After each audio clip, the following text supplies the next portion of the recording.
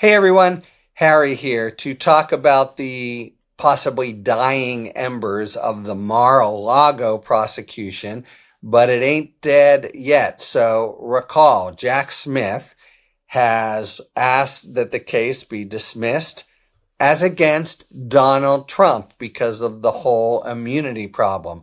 But Trump is not the only defendant in the case. We have two of his faithful servants down in Mar-a-Lago who it seemed at the time had made a foolish bet to basically obstruct justice with him if the allegations are to be believed, and they were certainly detailed and had video and everything, thinking, well, Trump will take care of us eventually and we don't want to cross him.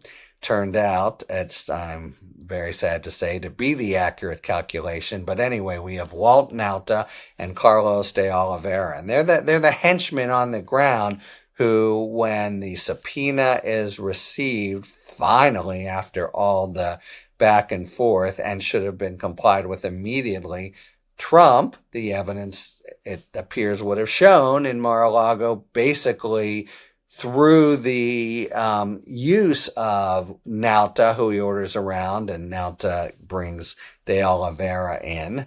They're the ones who manipulate the documents and put them out of sight so they can't be found. Nauta, remember, trying to figure out whether the videotape was working, so maybe it would have seen him. It's de Oliveira, I believe. One of the two go up to Washington to talk to prosecutors about the case, but they lie about it, and then they're in hot water. But they stay on Trump's side while they get indicted, basically for obstruction of justice, which the allegations in the indictment seem to really set out in chapter and verse. Okay, so now Smith closing up shop, no more Trump. But you got these two people who are still involved. We're expecting Trump to pardon them in a rank kind of display of the corruption of the pardon power, in the sense that it's, would be really sort of self-serving, doling it out to a crony. So that might be constitutional, but it's kind of stinks to high heaven. Anyway, that's what we expect will happen. But for now, they are defendants in the case. So what happens when a special counsel goes away and closes down shop? The special counsel, remember, is there because of a conflict, and that conflict or a potential appearance of conflict, and that concerned Donald Trump. There's no conflict for the DOJ in prosecuting Walt Nauta and Carlos de Oliveira. Moreover, DOJ wants to stay in the case for now, not to get and convict Nauta and de Oliveira so much, but because, remember, Judge Eileen Cannon, she made this lawless ruling that goes against the precedents going back to United States versus Nixon in the Supreme Court, dismissing the case based on her conclusion that the special counsel, that Jack Smith, was unlawfully appointed because Congress hadn't authorized it in any of the three statutes, at least, that the DOJ proffered. Hey, look, here's where the authority is, and that has always been good enough for every court around the country. So that's hanging out there like a sore thumb, and they want it to be cleaned up by the 11th Circuit. I think the 11th Circuit would clean it up. So for now, there's a real agenda for them to keep Nauta and de Oliveira in the case.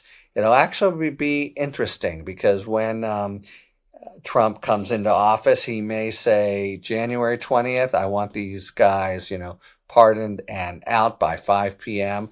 Or he may be persuaded there are really strong institutional interests here of the federal government about which he would not only seem not to care, but actually be hostile towards.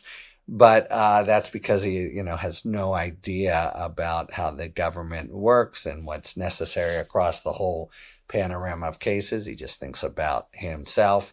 But will there be enough time for the 11th Circuit in the next 3 weeks to issue its opinion? Even if at that point it does and it reverses, but it hasn't gone through the Supreme Court process yet. What happens if he tries to execute a pardon? Then, anyway, it gets pretty interesting. And the clear institutional clash here is Trump and his crony pals and, the mob boss model of pardons by a president versus the institutional interest, clear interest of the DOJ in being able to appoint special counsels under the regulation, which they've been doing, for Democrats and Republicans alike. That's how, Robert Hur, who investigates Biden, was appointed.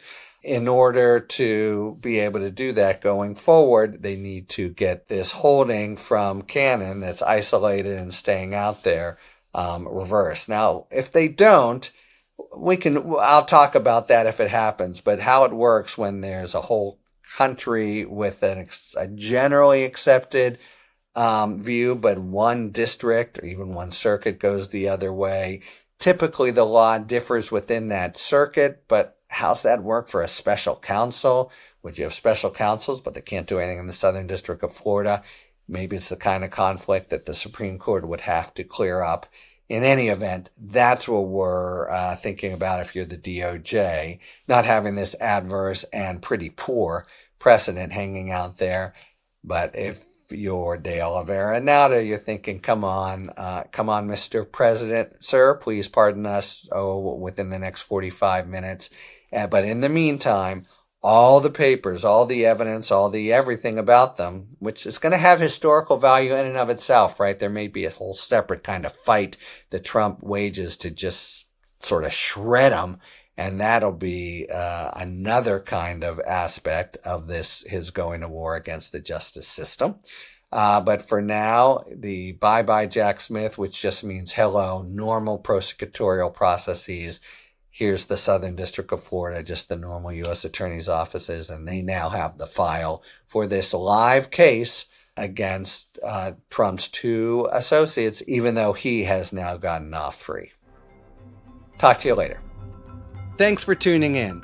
If you enjoyed this video and other Talking Feds content, please take a second to like and subscribe. Talk to you later.